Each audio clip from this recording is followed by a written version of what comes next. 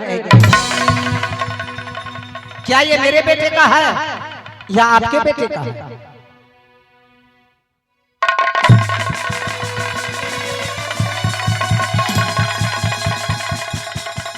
भाभी सोना,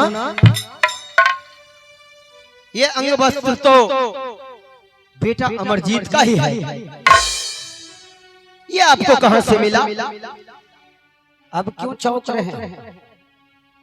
भाभी सोना, रे क्या कहूँ आपने क्या दिया है मुझे, क्या कहूँ आपने क्या दिया है मुझे।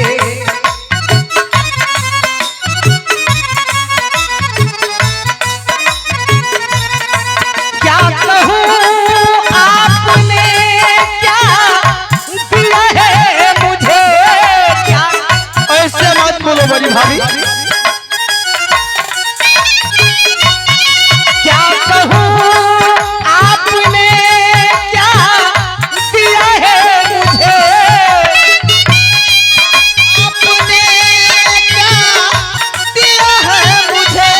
ऐ देवर जी, हाँ भाभी जी, जिंदगी देख के उलझा दिया है मुझे, जिंदगी देख के उलझा दिया है मुझे।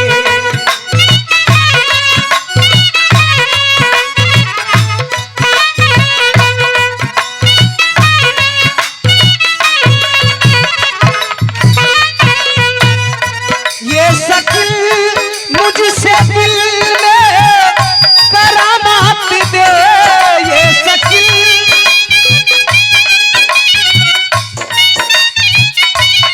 ये शक्ल मुझसे दिल में करामात दे। ऐसे मत बोलो। ऐ देवर जी, हाँ भाभी जी, कितना रंगीन धोखा दिया है मुझे, क्या कहूँ आपने क्या दिया है मुझे।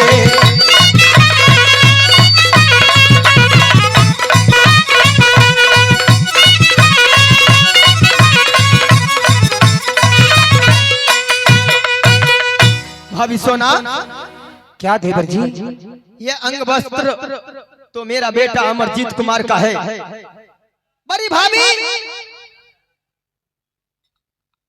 अगर बेटा अमरजीत कुमार ने पाठशाला छोड़कर राज मोहब्बा आया है, अगर आपके साथ छेड़खानी किया है,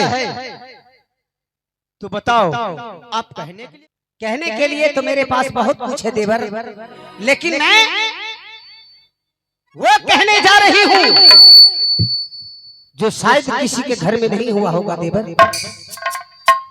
भाभी, देवर, आप मेरे साथ सच किए हैं, अगर आप मेरे वचन से मुकरेंगे तो ये सच आपको बहुत परेशान कर देगा। बड़ी भाभी, देवर जी, मैं यही मानती हूँ कि अमरजीत कुमार को इस राज मोहब्बा में फांसी खींच दिया जाए। क्या क्या बोली भाभी? अमरजीत को फांसी को फंदे पे चढ़ाओ इस राज मोहब्बा में।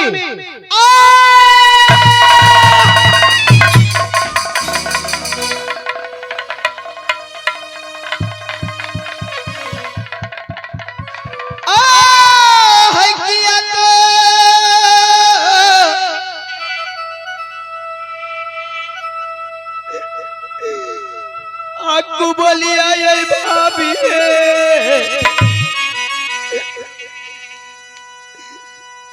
अब बोल ले देवरा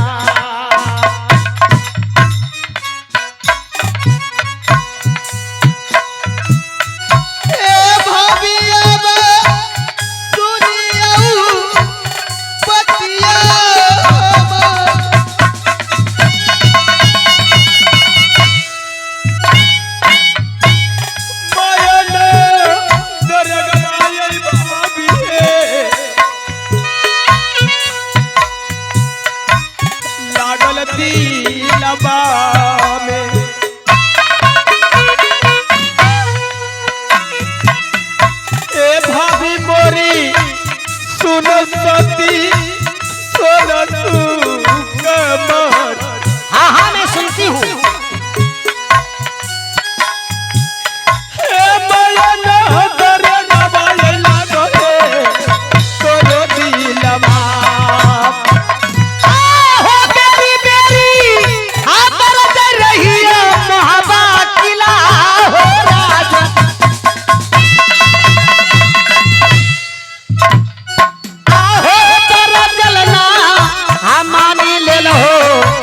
नगर मोहाबा हाय अब देउरा सुनला हो आपतिया हमार हो फांसी चढ़ावा दे देउरा अमर जी कुमार के।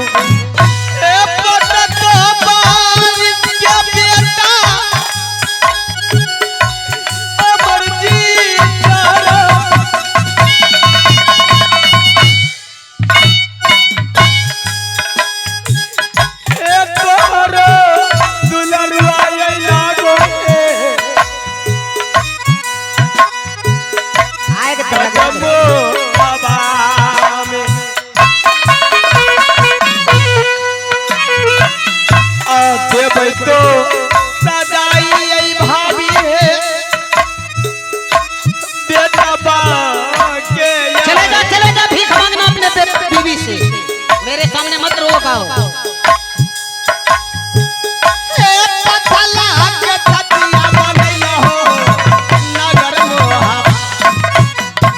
आहो चढ़लो शनिचरा आहो तोहरा कपार आहो मतिया हेराई देउरा केल मोहाबा में हो। आहो सिंघीना हाथे दिला गई सोना रानियाब आहो सिंघीना बेटी लागई सोना रानियाब आहो चढ़ी तो सनी कराए गेल हो नगर मोहाबा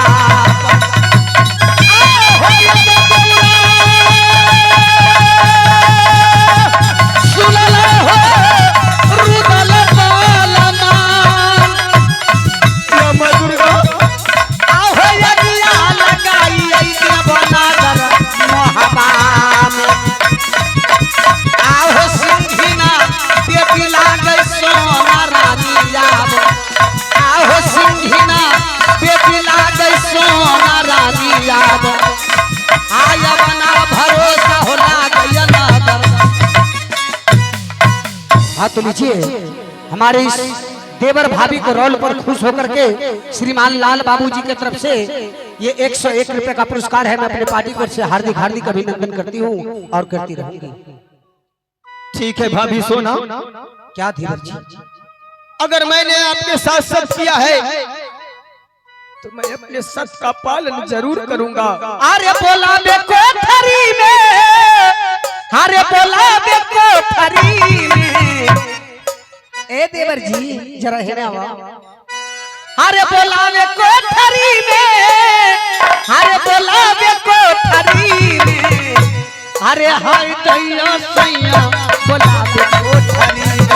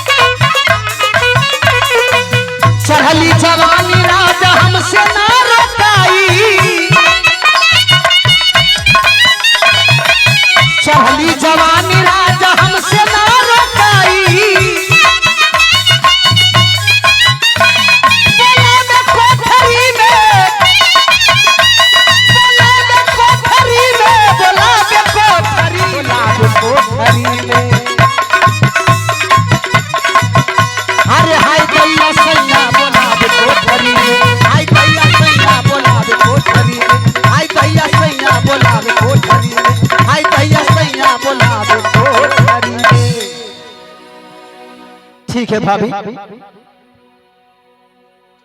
अगर मैंने आगे श्रीमान जी हमारे इस देवर भाभी को सीन पे खुश होकर के श्रीमान शंभू चौधरी जी जिनके ओर से ये 101 रुपए का पुरस्कार है, मैं अपनी पार्टी की ओर से हार्दिक हार्दिक अभिनंदन करती हूँ और करती रहूंगा। है तोहरो यही अब बचनिया ये भौजो है अमानै देवरा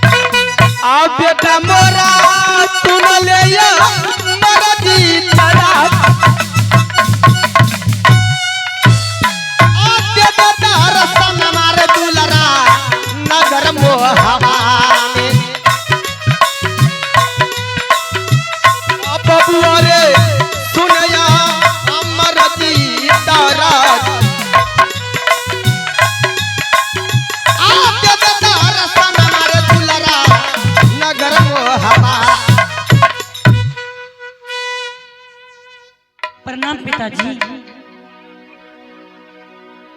बेटा अमरजीत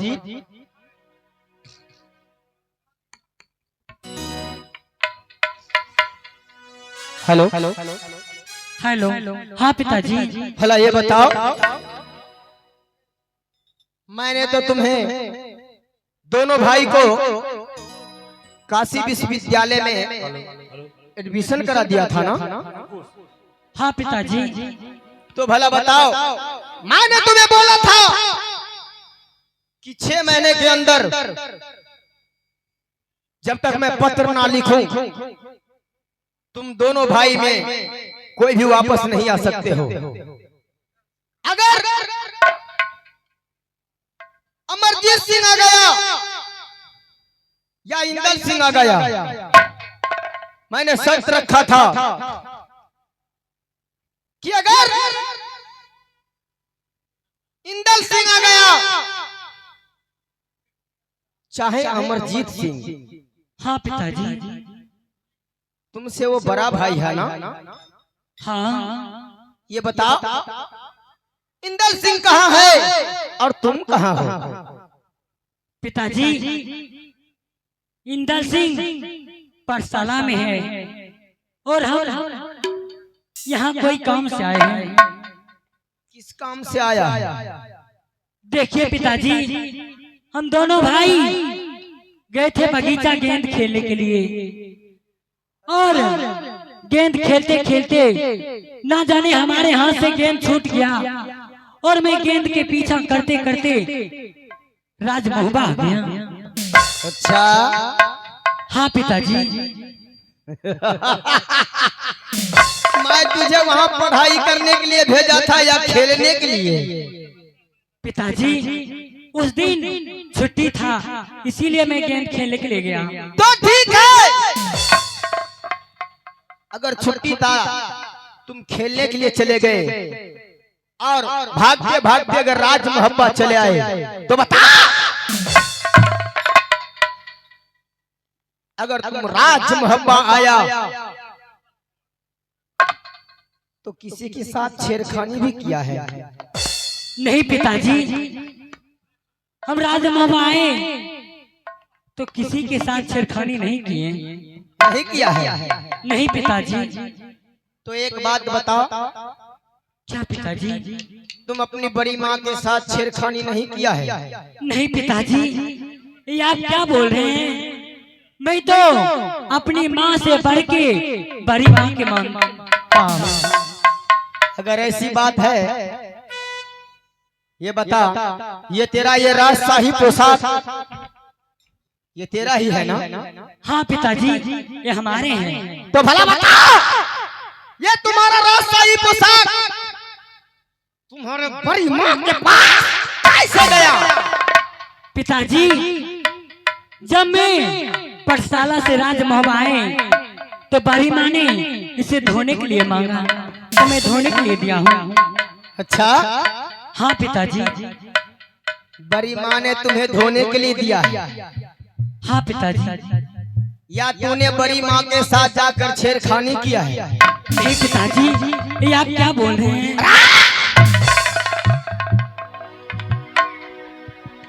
अरे बराबर यही आगा जाना मारे कर बौरे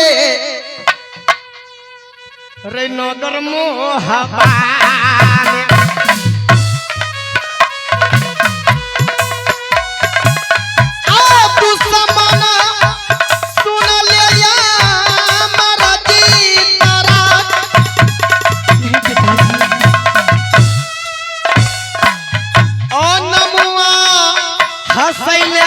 समन रे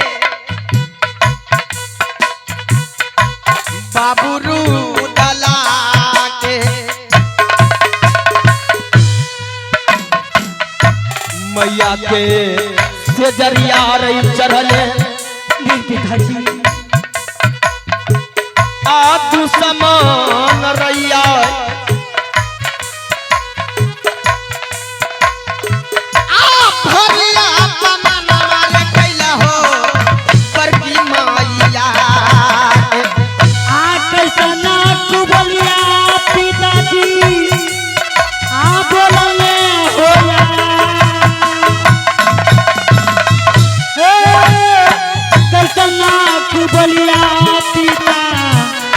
बोलना बांगा